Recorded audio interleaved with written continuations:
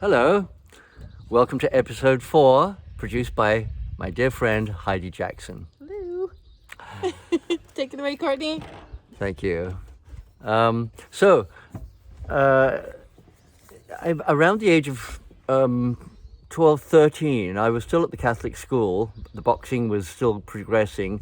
I pretty much didn't do any lessons. They just stuck me in the cloakroom with a great big old rubber buoy as a punch bag. And I punched that bag, 3 hours a day at least. And then, then they'd send in boys to spar with me and stuff. And he was really training me up because there was nothing they could teach me at that school. It was a really low standard of education.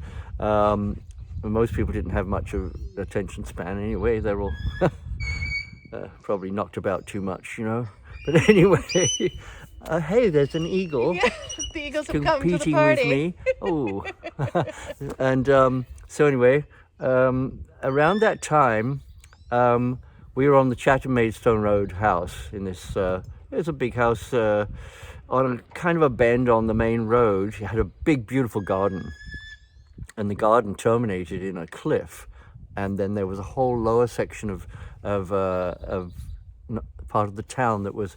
There were small houses, and it was another district, if you like.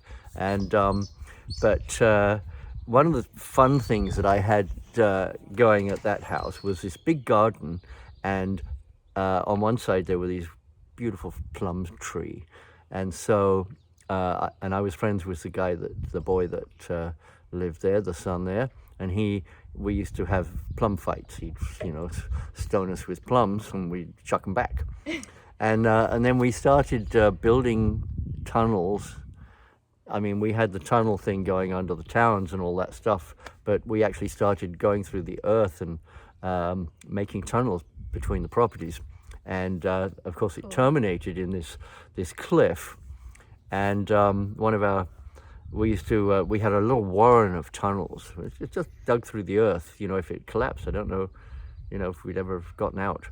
But we kind of supported them with corrugated metal stuff, and my parents never knew that we had this whole club going on underground in the garden. But anyway, my dad found this beautiful home. I think it's a Georgian house on the Rochester Maidstone Road. They both converge as it goes towards Maidstone. They're both called the Maidstone Road. It's the Chatham Maidstone Road, the Rochester. So we moved from the Chatham Maidstone Road, the lower part, to the lower Rochester Maidstone Road, into this lovely old house, Hazeldene, big double front. It was stood in its own grounds, but it had been encroached on, so there was just a tiny little alley between the buildings, but it was still quite private. And I loved the house. So, first of all, it was a beautiful, facade, well-built, red brick. And so we all go into the new house, and my mother, she looks around, and the first thing she sees is this goes back to the kitchen area, and she sees this whole bell system. There's all these bells for every room. And she went, right, well, they're coming out right away, otherwise Max will be, calling for his tea. Sure enough. And so we're looking around. It's ground floor, second floor, and there's an attic with 4 rooms up there. And then there's this cellar. The cellar is, it's a full-size cellar, and it's got pretty high ceilings. And in between each room of the cellar, it's not quite a warren, but there's like the coal cellar, there's a larder cellar area, and an area that I made into my woodwork shop, and a big general area, and other rooms leading off. And wherever they departed from the main room, there was a curved architrave with these pedestal on either side of the doorways.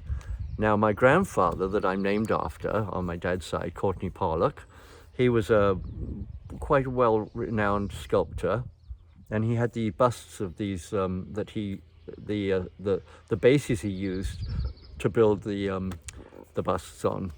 I guess he'd model them, and then they would be cast in plaster, and then eventually they'd be cast in bronze. But anyway, the base that he used they were like skulls, and he had created these glass eyes that were so realistic. There was, blue ones, green ones, hazel, all the different nuances of eyes. And of course, eyes are big. They're not tiny, like we see. We've got this little inch thing. They're quite big. They're all set behind there. And so these eyeballs, which he would, build around. So I got a whole bunch of these skull bases, and the glass eyes, painted the skulls all macabre, and put the eyes in, and they were hollow inside, and I could put a light in there, so I had lights coming out of the eyes, and sit them on either side of the architraves on these pedestals. And this was the beginnings of my idea for the Cellar Parties that I had had this idea for. And we had art college boys come in and paint gargoyles on the walls and all this macabre scene. And so the theme was really goth, I guess you'd say. And and I built coffin-shaped furniture, like tables and benches, and so to go with the theme. And over a number of years, I developed this scene. Meanwhile, I was still making my coffee tables in my little workshop, and I got to an age and a state with the cellar that it was ready to have parties. I'd had my chums down there. We'd done band practice and stuff like that, But now it was like it's all dressed up, and I said, "Well, Daddy, I'm ready to have a big party here now, opening party." And he says, "Oh, jolly good, Courtney." He said, "I'd like to be involved. How about I run the bar?" I said, "Oh, we're going to have a bar?" "Certainly, yes." And so we had a live band. We had not a full bar, but pretty good bar. And of course, my dad loved it. We've got all these, gorgeous young ladies coming in, and he always volunteered to drive them home. I don't know, it's a little strange, but actually, he was always a gentleman, especially, I mean, they were just school friends, it wasn't, but he was always charmed to be around delightful young people. Anyway, as I am today. So anyway, we had these cellar parties, and the music. We'd have popular music playing, had a little sound system, but the live band, of course, was my school band, and I got to sing with them, and that was great for me. It was great fun. I loved to do it, and we're all having a good time, and they became a regular thing, not every weekend, but at least once or twice a month. And of course, it drew people from the art college and the other local college, Open University, which I eventually attended. Excuse me. And so the cellar parties were quite the event. I mean, there was nothing like it. And I mean, this was it looked like a really professional club. By the time it was all dressed up with the skulls and the lighting and all the gargoyles on the walls and the coffin furniture, and I mean it was really goth. And I would come up with little skits to perform during the melee of this all of this partying. Wear a loose sweater and just be being my master of ceremonies, and then I would disappear and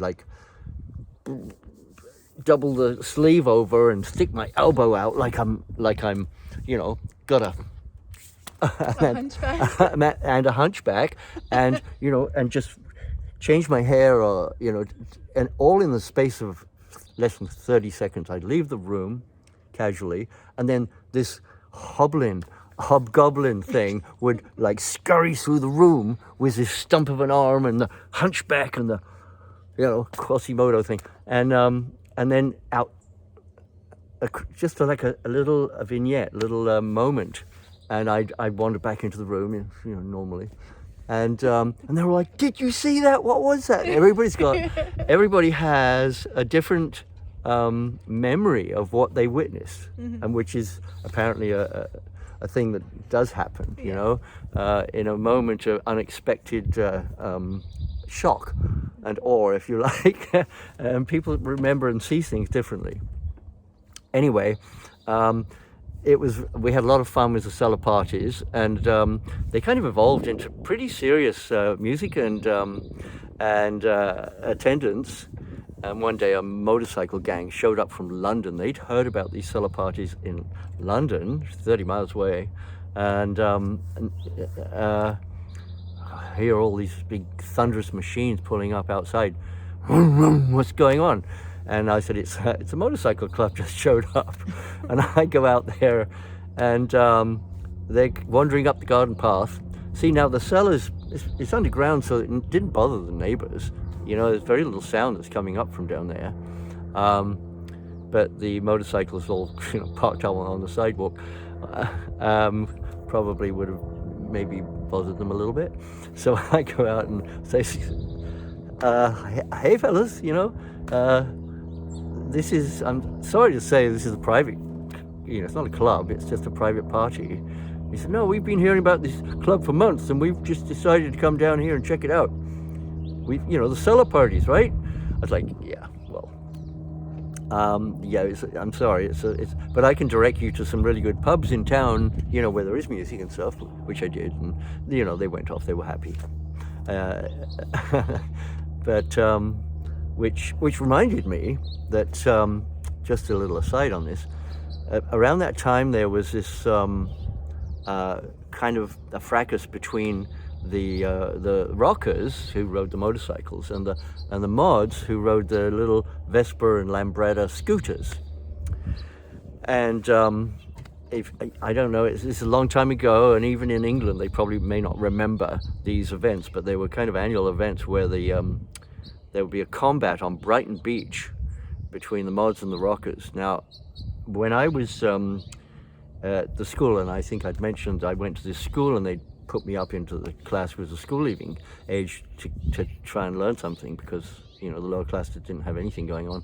And so my friends were all older friends, and they had motorcycles. And one time we all go down to Brighton, and we're on the beach, and they got their girlfriends with them.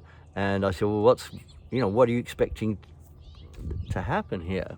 They said, well, it's, the mods has, challenged us or something like this. And I was like, yeah, cares, And but sure enough, there's probably only about 18 of us on the beach. There's these women, they're swinging motorcycle chains. The guys have got, crowbars, and I said, how come I'm here? I said, oh, you know how to fight. I was like, boxing is not quite motorcycle chains. Anyway, and then this mass of mods, like all the little Lambrettas and scooters, and they're like, there's about 400 of them, and they all, blocked down one end of the beach, and there's all these police just along the esplanade, all just watching this take place. And there's this small group of rockers, of which I'm like, they kind of gave me as much armor as I could wear, like, with heavy jackets and stuff like that. But, you don't want to get hit by anything bad. Anyway, and suddenly they're all just running at us, screaming like these marauders, like there's hundreds of them running at us, and they would take a pass right through and out the other side behind us, when all of this mayhem. And there'd be just bodies strewn all over the place. Most of the rockers are still up there on their feet, and they're still, and I'm doing my best to pick off a few on the edges or whatever. And I got through that unscathed, and then they take another pass, you know, and pretty soon there's bodies everywhere, and they're bleeding, and they're like, these guys are in, you know, pretty poor shape. And for the most part, you know, whoever gets knocked down in the rockers, they get up again, and they're just, you know, battling it out. And it was quite the event. Eventually, you know, there was enough damage done that the mods just decided that was enough, and then they leave it to the police to come down and pick up the pieces and take people off to hospital or whatever. They can't charge anybody. It's too many people. We're just defending we were just having a stroll on the beach with our chains. So Nothing to see anyway, here. nothing to see here.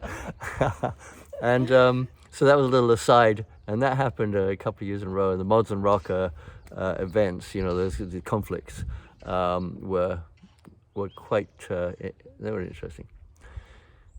Which side's the camera on? Oh. Is it? Am I looking the wrong way? Is it up there? Nope. There. It's there. There. Okay. Oh, it's down there. Hey. Well, hi. Hi. If I look cross-eyed, you know why. So, so the cellar parties were, you know, a fantastic thing, and about that time, I had started rowing the river. Now, the river Medway, which used to be called Medway, and I think I'd mentioned it earlier, that this is where the invasions always happen, because it's the first river that makes ingress into the landmass.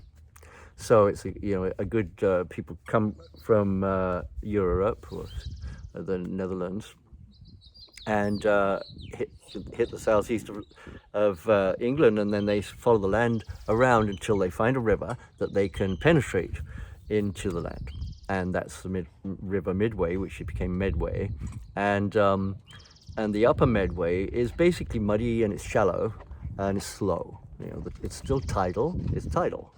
And I found this great big old rowboat. It was like a 6-man rower, maybe 12, I don't know, you know, but for double, it was probably 6-man double rower. Big old hulk. I couldn't even pick up one end of it. God knows what it weighed, probably 600 pounds or more, and a bit waterlogged. But it's just sitting there, and I find this old chap, you know, living along the riverbank, and I said, I'd like to rent your boat. He said, where are you going? He said, there's only one way. It's down that way or up there. It's just a river. And I said, I just want to go, you know, go into the hinterlands, you know, go upriver as far as I can and check out, you know, different areas that haven't really been, they're not popular, you know, or whatever. So for half a crown, which is 2 shillings and 6pence, you can have it as long as you like, you know, have it all day.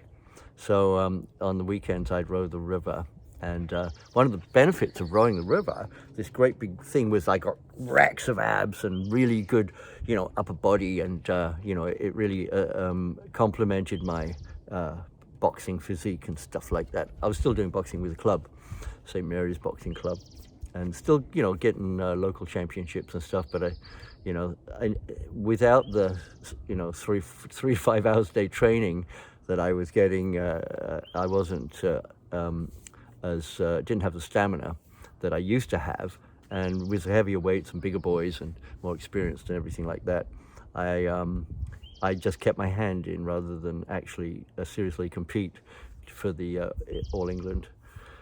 But I was still in the game. Anyway, that the rowing really helped, you know, build that core.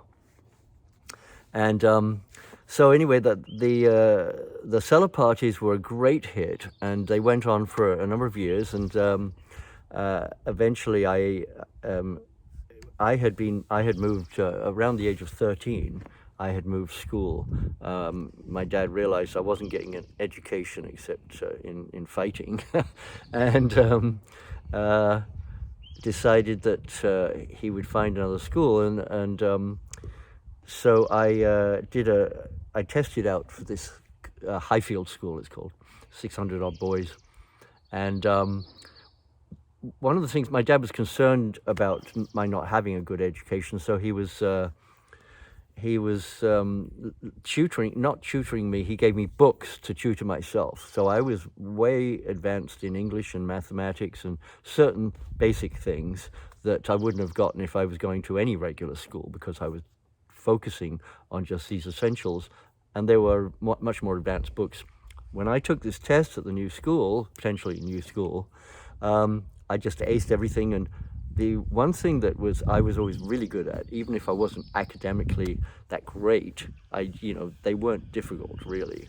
But the IQ tests, they seemed so simple to me. That was one facility that I've always had, that the IQ tests were like child's play. I just go through them and, say I'm done. They said, well, you've only used up, a tenth of your time. You can go through it again. I said, I've already been through it again. And they take them in and they look at them and they go, oh my gosh. And they bring me out some more. And they kept on bringing what they think was harder and harder tests. And they were all just so easy. And they said, and then they go into a conflab. They said, okay, we're done. Thank you, Mr. Pollock. And they're talking with my dad, who's waiting in the wings for a few hours, talking to teachers.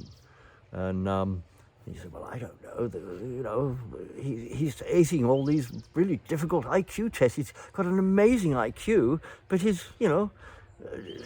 general academia is mediocre, it's not bad, it's just. So anyway, they eventually said, well, we'd be happy to have him out in our school. And then they, based on the tests, they placed me in the A stream of this particular year, which turned out to be a year older than I am. I think, why are these kids all bigger and older? Well, I wasn't very big anyway, but they realized they said, well, based on your test, we thought you were, in this age group. I said, no, that was a mistake, And they said, well, we're going to keep you there, so that I had something to learn. So now I'm in a good school with sports, proper academia and proper team sports, cricket, soccer, swimming, track, field, all of it, not just boxing. And so that was holding me, and I did well there. I loved the school. I was good at everything, especially the Ruby. Ruby's having a fit. Somebody must be showing up. Anyway, so I got good at the field events, the sports, and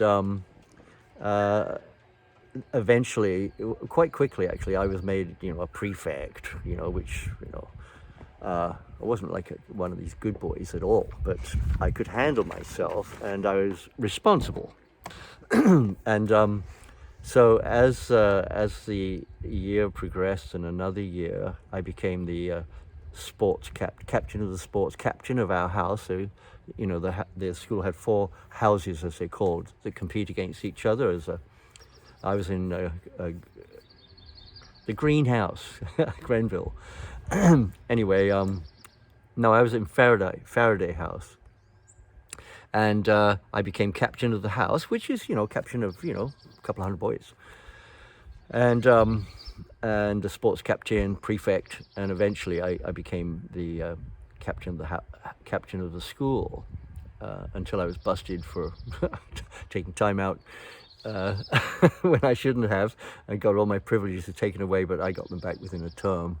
But so I got my GCEs, General Certificate of Education examinations, and I was kind of ready to move into the workplace. So that's a good moment for... I think that's great. Oh, thank you. Excellent. Thank you so much, Courtney. So I hope you've enjoyed today's story, and if you have, please hit the like button. They'll get better, I promise. That was kind of a mundane run down of my, brief and sordid education. And make sure you guys subscribe if you want to see more of his stories. Thanks, and have a great day. Thank you.